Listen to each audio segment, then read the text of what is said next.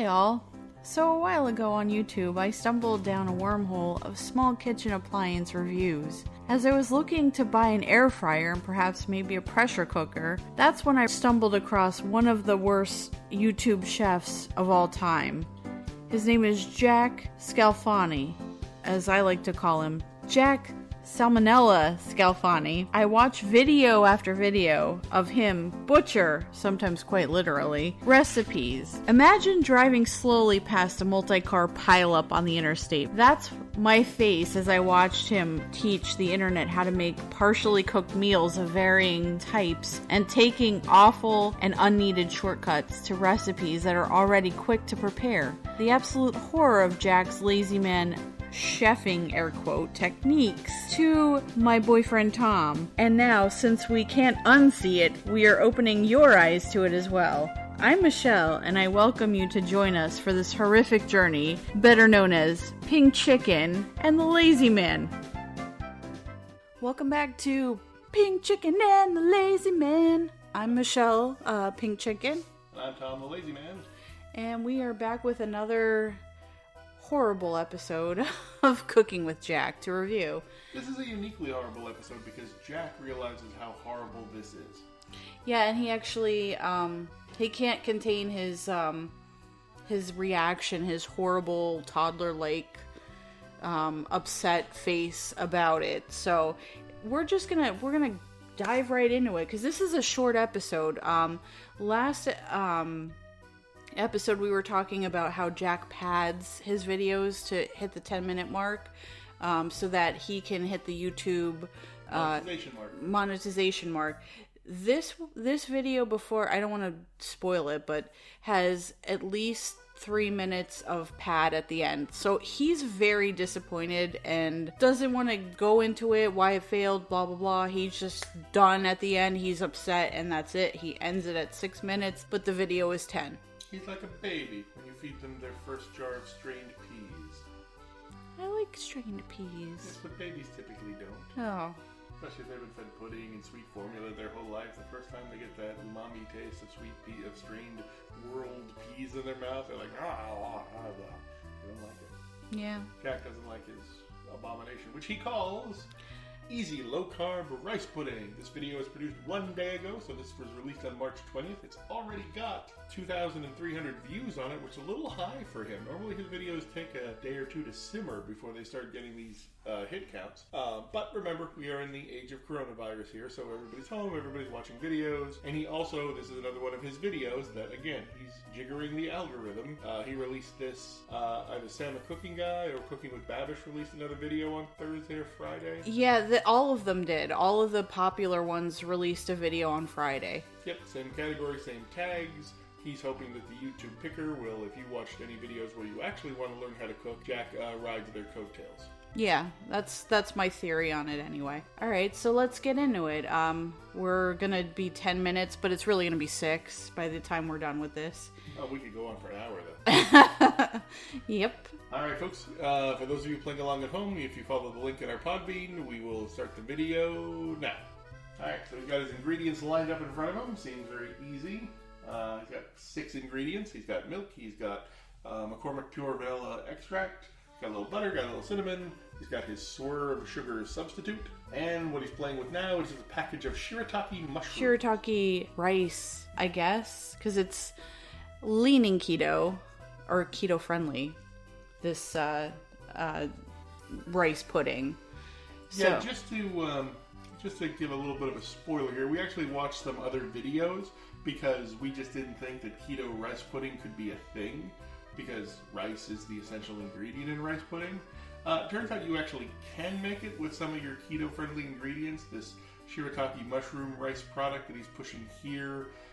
People have made it with chia seeds. People have made it with cauliflower rice. It is possible to make a keto variant of rice pudding, but again, you're not going to get the taste because it's not rice. And it really comes down to technique, which, as you can tell, is already spelling disaster for our friend Jack because he lacks basic cooking techniques, much less something as delicate and time-consuming as rice pudding. So going back to the 6 ingredients here we have talked about or spoke about, based on what the lazy man Tom here has just said, there's one glaring thing that the other videos that we had watched had versus what Jack is missing. All of the ingredients he has here, yes, they included, but there's one thing that's missing, and that is... love. No. Try again. What is the thing that's missing? A thickening agent. There you go.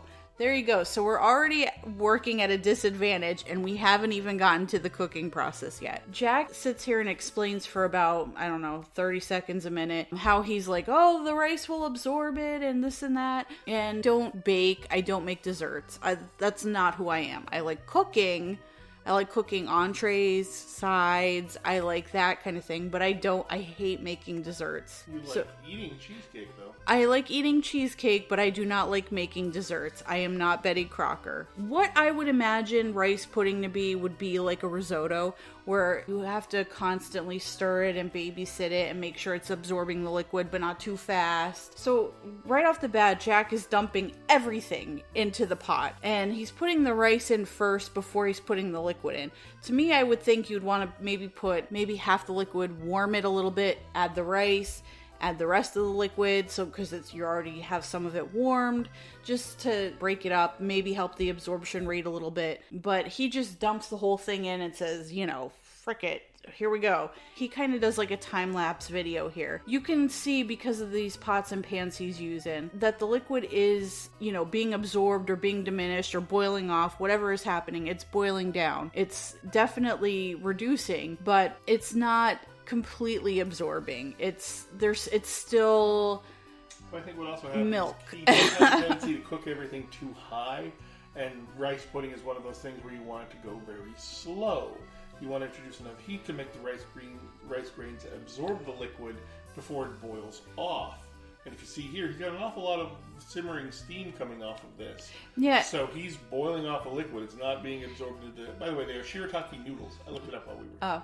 So I don't know, but like by making other things like mashed potatoes and stuff that you use milk in, you don't want to boil milk for too long because it makes basically a mushroom cloud of your pan. Like it just all runs up the side and it's boiling out the top. He has it low enough where it's not doing that, but I don't know. I don't know if he looked up a recipe or he just came up with one in his head based on other rice pudding dishes he may or may not have made. Curiously, he added the cinnamon before he started cooking.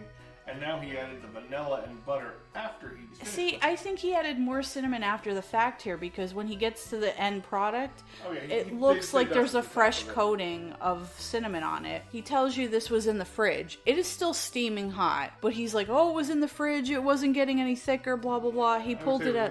For like 10 minutes. Yeah, they did not wait. Every other video we watched that was keto friendly. The other key ingredient to rice puddings, when you make them, be they keto or regular rice puddings, is the setting time. They take an awful lot of time to set up because, again, you're not, they're sitting in you're not boiling off that liquid. You're just basically simmering the rice in it. And then what happens is when you put it in the fridge and it continues its cooking process as it cools down, it just keeps absorbing that liquid and absorbing that liquid and absorbing that liquid and thickening up the custard of the rice pudding. Jack gave, of course, that no time. So we get to the end, and it's basically He's milk. Not neutral on the subject. Milk flavored rice, I guess, it's not even real rice. It's probably got a little funk to it because it's the shirataki. I almost said shiitake rice. So I mean, I don't know. We're definitely missing the thickening agent. The cooking technique may or may not have been correct. Probably not. I'm guessing the thickening agent was probably, if you look at his recipe, it's probably there. He either just forgot it, realized he didn't have it, and decided to push on ahead. Like, oh, sweetie, we forgot to buy the xanthan gum or the guar gum that the recipe calls for. Do you think we really need it? Nah, we don't really need it. You do. Yeah, you kind of do. Yeah, you kind of do. So he takes a bite at the end, and he's very unhappy, as we discussed earlier. And he's like, I don't like this. And he's like, this is the first time I've made crap in a while. And we all looked at each other and said, even the cat sighed. Pretty much. So, and then after that, he padded out the video with his title card. But before that, let me just say this. The Convoy of Hope was at the bottom, covering the entire cutting board where he usually sets his plate on and plates things up and eats off. You could not see any of it this time around. So I don't know if he was that embarrassed that he had to drop this title card in to completely cover it, or it's just the timing. I know he's run that title card at the beginning of the show so as not to cover things. Like things that he's been more proud of, he puts the title card in the beginning, and things he's less proud of, he puts the title card at the end. It's just really coincidental. We're still sitting here on the title card, folks, because the as title I'm card talking. is running an egregious over 3 minutes of time. So this is 30%. This is 30%. Over 30% of this video is nothing but no music, no sound, just a static graphic card that he made up. Let me tell you, in the TV industry, if there's any white noise or no picture running for 30 seconds, we're running and we're looking to see what the problem is. This is not good TV right here for anybody, because you're like, what happened? What did I miss something? You come to your TV and they're like, nothing there. Except he has just this title card with no sound behind it. Even if he had, like, you know, he has that little jingle at the front of it, if he put something like the extended cut of that at the end, I don't know, like maybe talk over it. 3 things you can do now, blah blah blah blah blah blah blah, you know, something that engages the audience if they happen to walk away to do something else is good TV. No, but like every short-sighted small business owner, he's decided that he has his business model. Okay, I make 5 videos a month, or I make 8 videos a month. I know how I get my money, because you know I just slip them in next to all the other good cooking chefs on YouTube. So I know that little trick. But now that I know this, I don't want to have to like go through the process of making the videos. Again, his series isn't called How to Be Successful on YouTube. It's How to Make Money on YouTube. This is a money-making scheme for him. He doesn't do it because he loves it, even though he tells you have to do it. You have to find the love for it. But even by the research that I did of how much he could possibly, like the revenue potential of this channel, he's not making all that much money. It's not like he's, I don't know, Logan Paul and those guys that really pack in the views. He's not making that kind of money. He's making at most $3,000 a month, which we did some math and figured if you work 40 hours a week, which he does not, you would be making roughly $18 an hour if you worked full time. If you worked the normal 40-hour a week. Right, so don't forget, he's working maybe 4 hours a week. So he's making essentially $18.50 an hour. That's his job. I don't know what his wife does. But he's making the equivalent of $18.50 an hour for maybe 10 hours of work. But that's the max. That, I mean, there was a range in there anywhere between $18. Well, this was, I think, a day or something, or a week. I have to go back and look at the results, but there was a range, and the $3,000 a month was at the high range. Based on that's net. So that's not wage income. That goes on a different place in 1040. That's technically business capital income. So he pays a lower tax rate on it. Oh. So that's why, again, he is doing this as the shifty entrepreneur He's the true small business owner entrepreneur with this. Right. Well, like we were talking about the I don't know, the bait and switch thing going on he with might not be talented, but he's very shrewd. Yeah, the bait and switch thing that he was trying with the Redneck Millionaire Club TV show thing, where he was like, well, I have the sauce, but I also have this, and this promotes that, and that promotes this, and the Millionaire Club people were like, I don't know what are you doing? Well, like, what is your end game here? He couldn't succinctly state his offering to them, because the percentage of the sauce business he wanted to give up was almost minuscule. He didn't want to give that. Normally when you do a product like that, you go to a venture capitalist like those Redneck Beef Baron, whatever the hell they were. Yeah. From that cable show that he was on. Normally, people like that are going to take anywhere between 70 and 90% of your net profit off of that, because they're going to give you something. They're going to help you with production costs or do something like that. The terms are, and you don't got to pay up front for that money. That's not hard money. But he didn't even have that, so he wasn't offering them a great deal on the sauce. But he was also saying, but I have this YouTube thing that I do, and what they know probably or at least what they pretended to know for their basic cable CNBC show, was they were like, oh, okay, well, we know this, that a successful YouTube channel, if it's properly monetized, it gets over 500,000 subscribers, and is a YouTube partner, so it's allowed to be monetized in that way, that you get a check from YouTube directly for being a partner with them. They know, well, that could be like $10,000 to $20,000 a month. So you say 10, so you say for 12 months, that's $120,000 a year. If you only need 60 of that to make your nut, then the investors get 60,000 because they're giving you the pieces that you would need to do the YouTube thing. So they're basically like, those are real experienced business guys. So when a real experienced business guy comes to a shady, shrewd, small-time operator like Jack and says, okay, give me your business plan. What are your financial projections? Because he has no idea what they are. What are you offering us? Yeah. And he was basically so good at BSing people that aren't in business that when he actually met people who were experienced in business, he had no idea what to say because he's probably never had to do a business plan like that. He probably just pulled this off the way most small business owners do with a couple of credit cards. They finance this or that, and they just get it through. They get a business loan from their local bank, and it's they don't just I put my house as collateral. I wonder if that's why he had to move. No, his wife got a job in a different area apparently. Oh. So I think she's the breadwinner. Probably. And that was another thing he mentioned on this video, was she wanted producer credits. I don't think she should just get producer credits. I think she should be the sous chef because she cuts all the stuff up for him now that his arm isn't working. And honestly, some of the tips and snide comments that you hear in the background from her are really good suggestions. And it's like, she knows how to cook better than he does probably based on what she's saying. And I would be like, I'd be interested in being like, hey, let's have a cooking with Tammy show, and don't let Jack anywhere near it. Just let her cook, let her make her thing that she wants to make, and I bet you 100,000% it'll come out better than anything that he's cooked on this channel. But let her bring in some swarthy restaurateur from the local area to be the chef for the show, to be the cook for the show. And pretty soon Cooking with Jack will be replaced by Cooking with Ronaldo. Ooh, scandalous.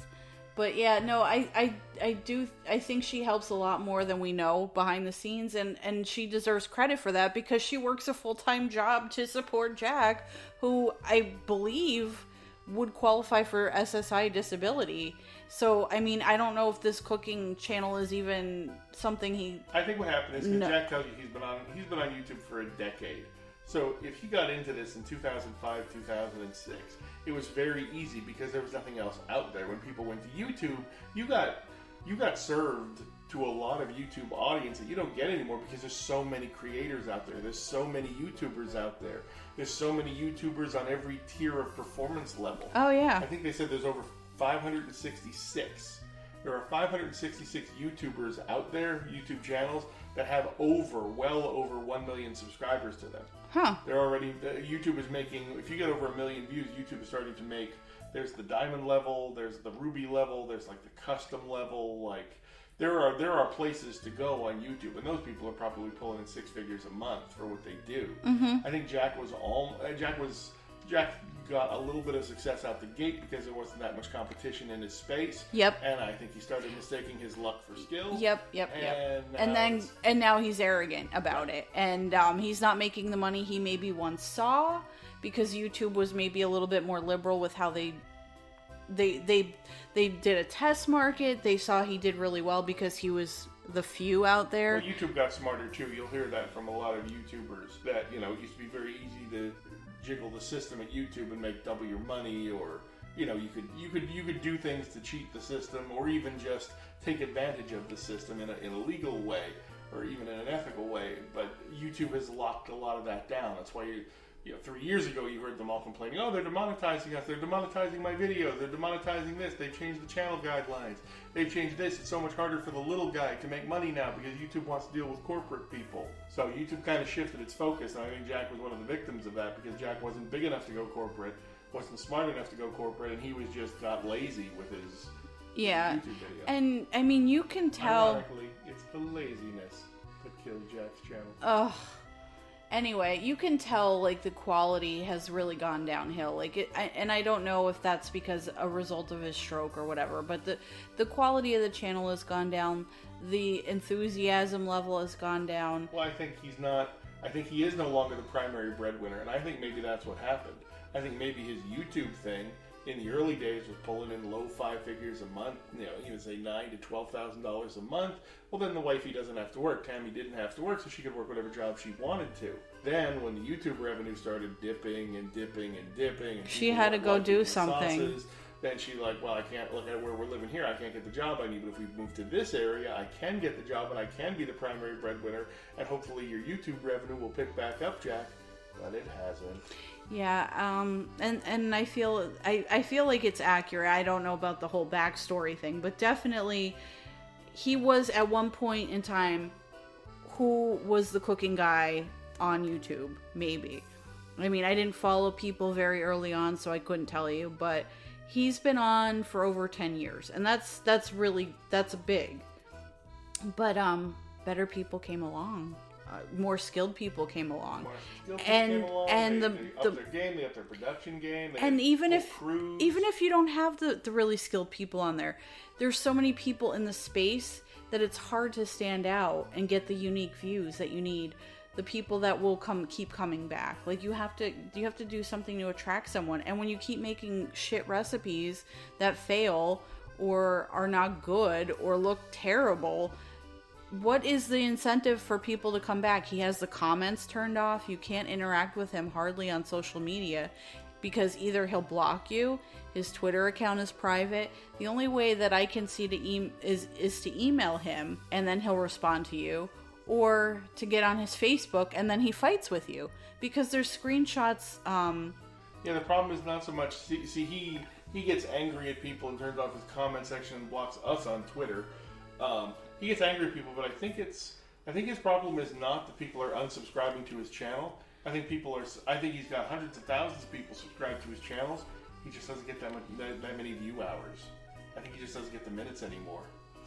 Yeah, and I think a lot of people came to, unfortunately, the YouTube to see the train wreck, and those comments were like where people were coming back to engage, and maybe the video happened to play in the background as they were reading, kind of thing, and they don't have that now, so they're not there to do that. I don't know. It's and just he wasn't. We often see Jack as a buffoon because we think being experienced people in the production and the entertainment industry, we see it as it's very easy for on-air talent to develop a persona, and then that's what gets attacked. But I don't think, because Jack didn't come through the system the way we came through the system, he's just a guy. So Jack didn't really have the ability to separate personality from persona and say what they're attacking is the Jack character. They're not attacking me, they're attacking the lazy man, they're attacking this. He took it all personally. He's like, you're coming after me, you're coming after my ego. But you could take it that way. Like, yeah, we're attacking your ego or whatever, but a lot of it is like, hey, you're doing something dangerous. Pink chicken is dangerous. Oh yeah. Undercooked pork is dangerous. Maybe if you modified the recipe and did it this way, it would turn out a different way. And like maybe they're trying to guide him into more safe cooking techniques and more, I don't know, recipe tweaks that would make the recipe better overall. And he's taking that as a personal affront, which he shouldn't be. Like, everybody has room for improvement, even us. Like, we don't know everything. Like, we know a great deal about a lot of things, but that doesn't make us subject matter experts on any of it. But like the fact that people want to help him and he's taking it as an insult is counterproductive. One of the things you learn if you become experienced in any industry is the more that you know, the more you realize you don't know, and the more you realize you will never know. Yeah, because that's fair. You grow experience, the newer technologies come in, you're not familiar with them, things change. You're used to doing things a certain way, and the industry changes. Well, even how YouTube has evolved over the years and the algorithms. Like, you have to keep on top of that stuff because that changes all the time. Like, that in itself, like, if he was able to keep on top of it for as long as he has been and still figured out these little loophole things, that's good. That's a good thing. Like, that's something that he did right, how he evolved. But is it really successful? I mean, make quality videos. Look at Sam the Cooking Guy, Babish, Pressure Luck. These guys, they have probably another person at least helping them, whether they're behind the camera, editing, sound, whatever. Like, maybe it's time for him to look at farming out his production, because he's not doing a very good job of it himself. I think he did that. I think some of the earlier videos had a very good production quality. Yes, they did. The exposures were a little blown out and things, but I think that's because he did have the money then to hire other people. Oh, that's a good point. And he probably got burned with a couple of them, because then all of a sudden it was like, hey, the YouTube check the YouTube check was only $4,000 this month. It wasn't $8,000. And I'm used to paying the production company $4,000. Well, now where did that come from? I can't give them the $4,000. That's what we live off of. Now what do we do? And then it's okay. Then he misses a payment or two, and then they yank. Yeah. Hey, you can't leave with my that's my intellectual property, but you made it for my show. Oh yeah, because he does. We won't really spoil anything, but in his series about making money, he definitely talks about situations where it sounds like he was burned, and one of them was with Fiverr. So I don't know what happened there, but I could definitely see that happening to him. Or having files being held ransom, things like that. I could see that. Again, a typical shrewd small business owner who doesn't see the big picture and thinks only of it as, how do I make more money? And it's like, well, after a certain point, this is you're still kind of in show business in YouTube. And what everyone will tell you is, show business is always a bad bet if you're just somebody looking to make money. There's 1,000 other ways to make money that's easier. Manufacturing a small product, buying a franchise, setting up a location with a good business plan and good exit strategy, betting on the market and putting all in an index fund. There's different ways to make money. But when you're in the show business game, you've got to be about the passion. And I think somewhere along the way, he lost it, if he ever had it to begin with. No, he was joyful in his first, I don't know, however many years of videos. It was definitely while he was still in the other house. Mm-hmm. I definitely saw a spark there. While, the content wasn't all that great, he owned it. He knew he was the lazy man, and he owned that. Now it's just, literally, he's just showing up for the paycheck. Yeah. And you can tell. He's like a municipal government worker. That's a good point, yes. This is Jack. I'm in the Jack department. I'm the manager of the Jack department. Just biding out my time. Yep. Waiting for the retirement check. I think don't you folks be clock watchers. You folks be passionate just like we are. As much as we like making these podcasts for you, you should enjoy them as much. Yeah, so we're going to probably end this now because we went on several tangents here. Well, we're a 30-minute podcast for a 6-minute video. Well, that's refreshing. Anyway, maybe we'll end up cutting some of it, but no, we did a wonderful job. This turned into a Tom Stoppard play of Jack's life. Oh, okay. I have never heard of that person, so I'm going to take your word for it. Just think slow and tragic. Okay. Yeah, okay. So we'll probably end it here, and the next videos I think we're going to review are the YouTube How to Make Money series. I have some notes written down. I want to go over maybe 2 or 3 more of the episodes to get an overall view of it, but he's basically flying by the seat of his pants to make these videos, and for somebody that's been on YouTube for 10 years, you'd think you'd have a little bit better grasp on how to make money on YouTube. So it's literally the Lazy Man's version of making the Lazy Man series. You can see why his trajectory is heading downward. Yeah, so I think that'll be a fun hopefully a little bit longer of an episode, because we've been kind of skimping these last couple because we were getting over some sicknesses, not coronavirus, and other things, life situations going on. But as this coronavirus pandemic keeps you people in the house, you're looking for different and alternative ways to entertain yourself. Why not tell 10 of your friends about Pink Chicken and the Lazy Man podcast? We're also on Facebook. I believe the URL is facebook.com/PCandTLM. If you want to like and subscribe, share. We're on Podbean. We're on several platforms. We love new viewers. We want to share the horror that is the train wreck that is the Cooking with Jack show. All right, folks. We're wrapping it up there. Thank you for tuning in. And be sure to gorge yourselves on our glorious podcast product for you. We'll be producing more for you. Thank you. Stay lazy.